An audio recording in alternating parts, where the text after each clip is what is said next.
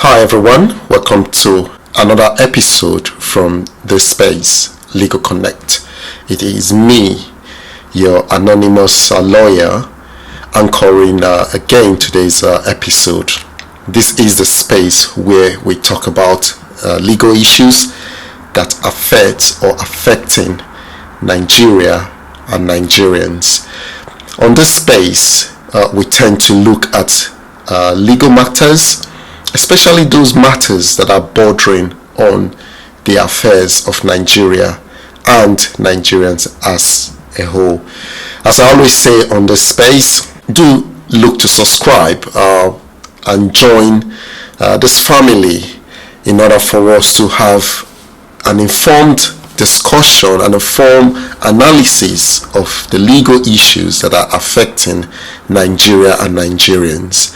I do hope you've enjoyed the last few episodes that has to do with the recoloring of our Naira notes, the saga that has been going on, that is still going on in Nigeria today concerning the availability of the Naira to well-meaning Nigerians, or as I will always say, the common man, which in true sense of the matter, they are not common men. They are very dedicated and honest Nigerians. So today, this story that I'm going to talk about has been making the rounds, and it has to do with a serving senator, to be honest. That is Senator Ike Ekweremadu. He is a serving senator from Enugu West Senatorial District of Nigeria, and he is a senator under the flagship of the PDP. We are going to be looking at the legal matter he's currently facing in the UK. We are not looking at the UK matter, rather we are looking at the implication of the findings or the investigation carried out in the UK as it regards the Nigerian law, which has to do with organ harvesting. If I can just give you a quick background about Senator Ike Ekweremadu. He has been a senator since 2003, that is coming up to 10 years. He's still a serving senator. He hasn't been recalled by his senatorial district, but he's been in the UK for a few months now, since last year, having been charged with modern slavery law that is facilitating of a person for trafficking, something along that line. So, Mr. Ekweremadu, 2018, was invited by the EFCC for alleged conspiracy, abuse of office, and money laundering, and he refused to attend the invitation extended by the EFCC. And afterwards, the FCC stormed his residence and had him arrested. It is alleged that the former Senate President, that is Bukola Saraki, had to intervene to have him the matter brought by the EFCC dropped.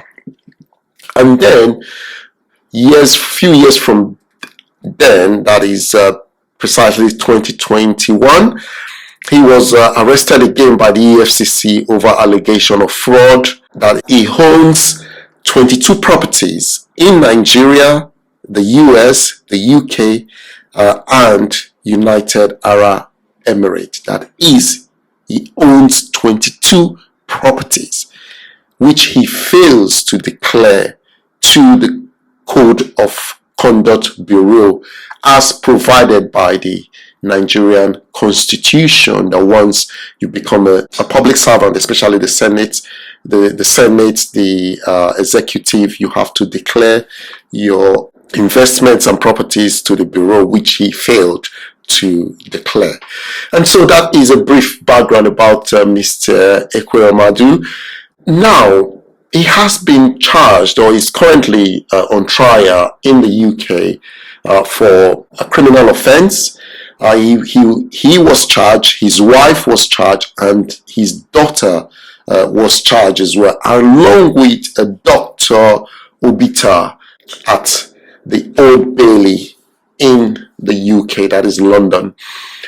It is alleged and it is on record that Dr. Obita was the one who facilitated the transportation or the traveling of a young man from Nigeria to the UK to have his organ either donated according to them or harvested according to the prosecution and be given to Mr. Ekweremadu's daughter. During the proceedings, Mr. or Dr. Obita admitted to have, in 2021, to have facilitated the traveling of also somebody from Nigeria to the UK, whereby the person, according to him, donated his organ to him, Dr. Obita. And Dr. Obita admitted under oath that he lied to facilitate the transportation or the traveling of this individual because he was concerned about his health. He wanted desperately to leave. So he did everything possible to have this person come down to the UK to have their organ removed for him. And that was in 2021. And afterwards, it is alleged, facilitated or through his donor, because he said he kept in contact with this particular donor. So the person donated the organ, went back to Nigeria, and they kept in touch according to Dr. Obita. And through this person that donated his kidney or his organ to Dr. Obita, Dr. Obita was able to inquire from that person if he can be able to locate a donor for allegedly Mr. Ekweremadu's daughter. So Dr. Obita facilitated the traveling, and I believe, or as alleged, Mr. Ekweremadu was involved in one way or the other to help the arrival of this gentleman in the UK. And it is alleged that when the gentleman got to the UK, I don't know if there was any procedures carried out, or if at the end of the day the gentleman refused to go on and donate his organ to the recipient, or whether there was no match to the recipient. However, the procedure didn't go ahead, and according to the prosecution, Mr. Ekweremadu then turned his attention to getting someone from Turkey or having the medical procedure with some other donor in Turkey. And the gentleman that was supposed to have donated his organ to the daughter of Mr. Ekweremadu allegedly went to the police to report that he was trafficked here for his organ to be harvested. So that is a scenario or a rundown of what is going on in the UK at the famous court called the Old Bailey. So what I'm going to look at is actually the laws concerning organ harvesting in Nigeria, because this case now has shown two acts here. First of all, Dr. Obita was able to organize, according to him, a donor from Nigeria to have a transplant in the UK by lying to the authorities that this gentleman or the person was related to him. And he admitted on oath at this current trial of him Mr. Ekweremadu, his wife and his daughter, that he lied about this person being related to him. And also, it is alleged by the prosecution that he used the same scheme to say that this other gentleman that was supposed to have donated his organ to the Ekweremadu's daughter was also related to them. And so, is it that easy to just turn up in Nigeria, pick up someone, take them abroad, and have their organ harvested?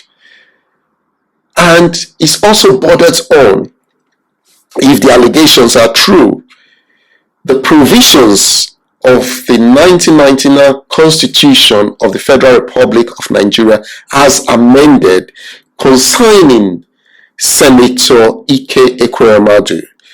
And in that document, that is the Constitution, I'm going to be looking at the Code of Conduct for Public Officer. But because this man is a public officer, so he's still under the guidance of the Code of Conduct for his behavior as a senator. So we are going to look at the National Health Act 2014, and then we're going to look at the Constitution of the Federal Republic of Nigeria as amended 1999. So first of all, I'm going to read section 48 of the National Health Act 2014. So, section 48 of the National Health Act 2014 states, subject to the provisions of section 53, a person shall not remove tissue, blood, or blood product from the body of another living person for any purpose except with the informed consent of the person from whom the tissue, blood, or blood product is removed, granted in the prescribed manner. That the consent clause may be waived for medical investigations and treatment in emergency cases. And in accordance with the prescribed protocol by the appropriate authority, a person shall not remove tissue which is not replaceable by natural processes from a person younger than 18 years. A tissue, blood, or a blood product shall not be removed from the body of another living person for purpose of merchandise, sales, or commercial purpose. Subsection 3. A person who contravenes or failed to comply with the provisions of this section commits an offense and is liable on conviction in the case of a tissue to a fine of 1 million naira or imprisonment of not less than 2 years or both, and blood or blood products to a fine of 100,000 or imprisonment for a term not exceeding 1 year or both. So if I read section 51 of the same act, the National Health Act 2014, a person shall not remove tissue from a living person for transplantation in another living person or carry out the transplantation of such tissue except in a hospital authorized for that purpose and on a written authority of the medical practitioner in charge of clinical services in that hospital, or any other medical practitioner authorized by him or her, or in the case where there is no medical practitioner in charge of the clinical services at that hospital, a medical practitioner authorized by the person in charge of the hospital. The medical practitioner stated in subsection 1b of this section shall not be the lead participant in a transplant for which he has granted authorization under that subsection. For the purpose of transplantation, there shall be an independent tissue transplantation committee within any health establishment that engages in the act and practices of transplantation as prescribed. And so we'll go to section 53.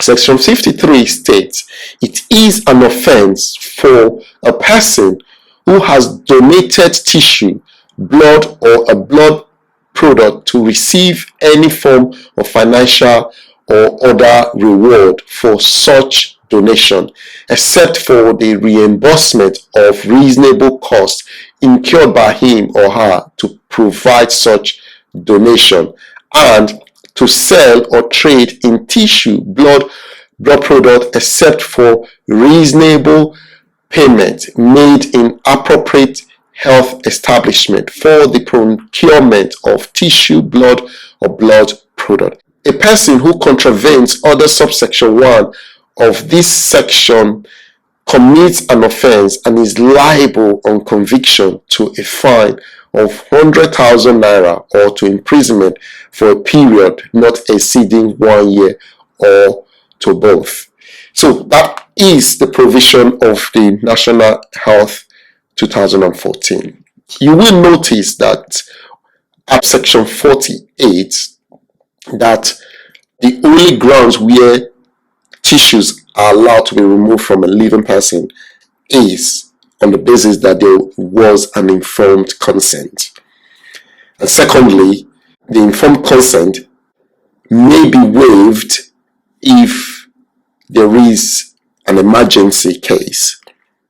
Let's take Dr. Obitat's case study in line with section 48, because he's admitted that he facilitated the transportation of somebody. However, his defense is that the person consented to such measures. What is an informed consent? An informed consent is a consent where somebody is not pressurized, somebody is not under duress to donate their organ. And are you telling me that the person that gave Dr. Obita their organ or their tissue did not receive any financial benefit? That he was informed, he had the knowledge of what he was going through or what he was going to do, and he did it willingly without no financial or any other reward, just because he loved Dr. Obita. And if we look at the history, although I don't have this information to my disposal, there are a lot of questions that need answering. How long has Dr. Obita known this person? Under what circumstances did they become acquainted? And why would the person offer to assist Dr. Obita by donating their organ? And if it is true that the person consented, why did the Dr. Obita have to lie to facilitate his traveling from Nigeria to the UK? Given the fact that he should be aware that it is an offense, it is a crime in the UK to have someone brought down to the UK to have their organ invested. Okay, let's go to the current case, which is the Senator Madu's case.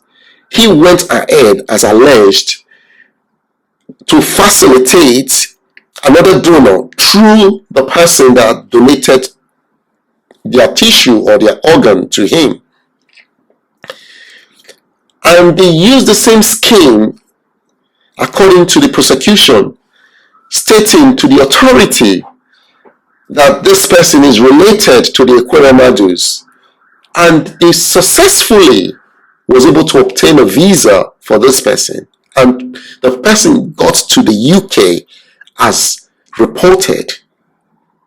And at the moment, it is not clear what made that procedure not to go ahead. There are some publications that have stated that the person reported the Ekweremadus to the police, whereas there are other reports that stated that the donor's tissue did not match the recipient's.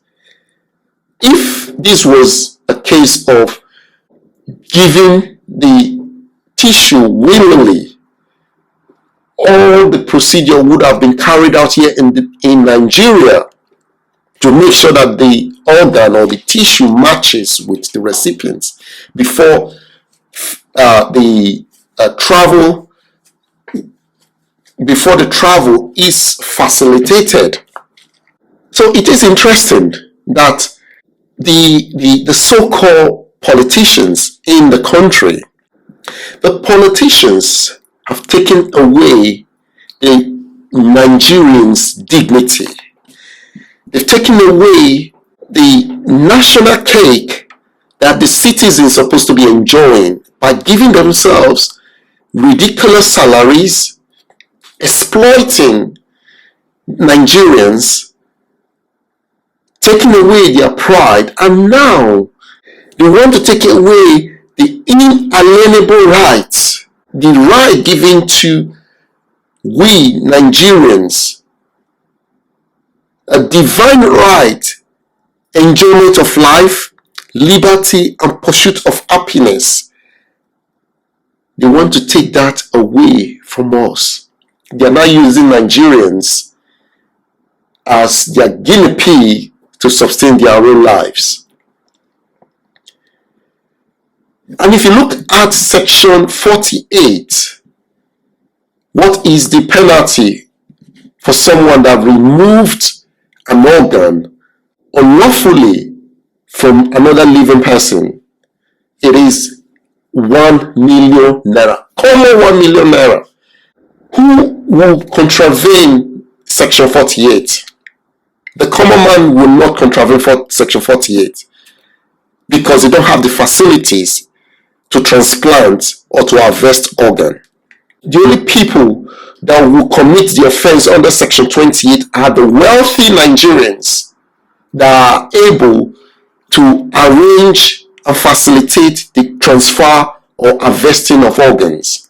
And what is the penalty for these wealthy Nigerians? The penalty is 1 million naira. What is 1 million naira? And the penalty is 1 million naira or imprisonment. It didn't say 1 million naira and imprisonment. Although it did say that, or both. There is no court that will give both. There is no court that will give 2 years imprisonment to a politician or to these wealthy people. Look at the other day, the Labour Party chieftain that was given a fine to pay rather than being sent to prison. So the politicians, the senators, they know what they are doing. They put the 1 million naira or the imprisonment is for the less privileged if they are able to, if they dare commit the crime. That is that for them, the imprisonment. Whereas the fine of 1 million naira, that is for the wealthy politicians, because 1 million naira is nothing. They give 1 million naira to their stewards, talk less of paying a fine of 1 million naira. This is a grievous crime, and all they have to pay is 1 million naira. So let us carry on. And if you look at this case, this is not even, the offense here is more serious than what is provided for, because there is no provision of actually facilitating organ harvest outside of Nigeria, because that's what has happened now. You've taken somebody, coerced them out of the country to have their organ harvested in another country. So why am I talking about this case? As I said earlier, Mr. Ike Ekweremadu is a serving senator. And under the Constitution of the Federal Republic of Nigeria, if you go to the Code of Conduct, which is, if you go to the fifth schedule, the fifth schedule of the Constitution, Part 1 says the Code of Conduct for Public Officers. Section 1 of the Code of Conduct for Public Officers states a public officer shall not put himself in a position where his personal interest conflicts with his duties and responsibility. And what are the duties and responsibility of Mr. Ekweremadu as a senator and as a public officer? Basically, his duty is to make sure that the Nigerian citizens are protected, that the Nigerian citizens have their rights protected, the Nigerian citizens have their lives protected. If true, this young man willingly wanted to donate his organ or his tissue to a recipient, why lie about it? Why don't you follow the proper channel and have all this documented, have paper trail to show that this is not a coercive matter or case. This is a case where someone has come out willingly. So for me, I believe that Mr. Ekweremadu is in breach of the Code of Conduct for a public officer as provided by Section 1 of the 5th schedule. And then look at Section 9 of the same Code of Conduct. A public officer shall not do or distribute to be done in abuse of his office any arbitrary act prejudicial to the rights of any other person, knowing that such act is unlawful or contrary to any government policy. So the fact that this young man has been taken out of the country on the pretense that he is related to someone that he is not related to is unlawful. And if it's true that the Ekweremadus, that is Mr. Ike Ekweremadu, is found to be part of this plot, then my opinion is that he has breached his duty as a public officer and he cannot be a senator. He should not be a senator. Irrespective of the fact that whether he is guilty or not with the trial in the UK, the fact that he has facilitated the transportation of someone, a Nigerian citizen that he is required to protect, there was no proper procedure followed to have this young man legally taken from this country, then he cannot continue to serve as a senator or to continue to be a public servant. I know that his term as a senator is coming down or winding down in May, but at the end of the day, he's already in breach of this code of conduct. If we read section 12, any allegation that a public officer has committed a breach of or has not complied with the provisions of this code shall be made to the Code of Conduct Bureau. I believe that the Code of Conduct Bureau would have heard about this matter. Although there was a reported case of confiscation order by the court with regards to his non-declaration of his 22 properties, that is another matter. However, the Code of Conduct Bureau should be stepping into this matter and investigating whether he was part of this plot that led to this young man being removed or being transported out of the country for the purpose of organ harvesting.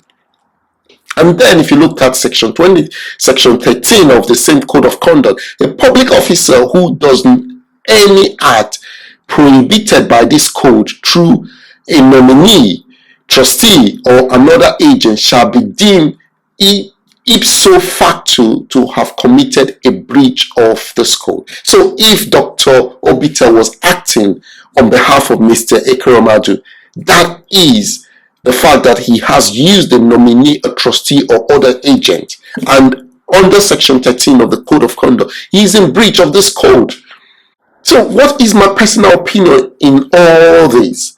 My personal opinion is the fact that we are coming to, or rather we are in a period now where our dignity has been brutalized. Our life is worthless. There is no guarantee of life in this country. You go out of the day, there is no guarantee that you come home safely.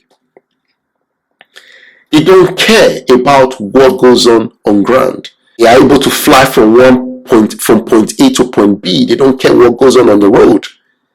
And now, in our dejected state, we are not being used to sustain their lives. We are not being used to sustain the lives of their family, because they know that we are in a position where we are desperate. You dangle a carrot in front of a monkey because you know the monkey is desperately in need of that carrot. It has been alleged by the prosecutors that the Ekweremadus promised this young man, a 21-year-old man, is a street trader from Lagos, Nigeria, a sum of £7,000. What is £7,000? What is £7,000? That you give your organ to someone that doesn't deserve it. £7,000 and the promise of a better life if he made the journey to London, posing as Ekweremadu's daughter's cousin. That is what they promised him. £7,000. I will allow you to work out what that is in Naira. That will even get you a property. It might be able to get you to start a business, but the word better life is subjective. What is better life? If this country was governed properly, that the fundamental right as spelled out in the 1999 Constitution of the Federal Republic of Nigeria as amended, will someone be running to give their organ for £7,000? People do it willingly, especially family and family friends. They do it willingly without taking a penny. But the Ekweremadus, according to the prosecution, decided not to bother their own immediate family because they believe that they can buy. They've got desperate Nigerians. They've got the Nigerians that they've oppressed for years, that they will willingly jump at the idea of being given £7,000. So rather than my cousin, rather than my relation losing one of their organ or their tissue, I'd rather just pay for it because we've got, surplus of desperate people out there. This is what our politicians have turned us Nigerians into. First of all, they took away our rights, they took away our dignity, and now we are not guinea pigs for them. We're not being brought to life to sustain their own life and the life of their families. And this case has shown that this is not even the first case. This is not the first case. Dr. Obita, the doctor that was facilitating this whole procedure, has admitted that he himself had used the same means to have a transplant or to have a donation according to him. So that is what I wanted to talk about today.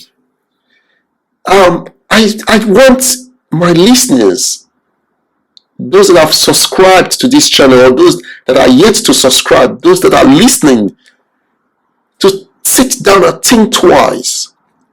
Where are we heading to as a nation?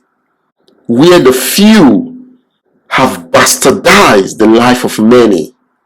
If money could sustain life, would we have had the privilege to be alive under the governance of these people? I hope you've enjoyed this episode, sad as it may. The Nigerian government are not doing anything to propel the recall of this senator that is taking advantage of Nigerians. I'm not saying that he's guilty of whatever crime he's been charged with in the UK. Rather, I'm talking about the facilitation of traveling under the pretense that this young man is related to them is itself an offense. Whether the person willingly decided to go and offer the tissue or organ is not the case. The fact that they lied, they hid, or did not come true with the main purpose of this young man leaving the country.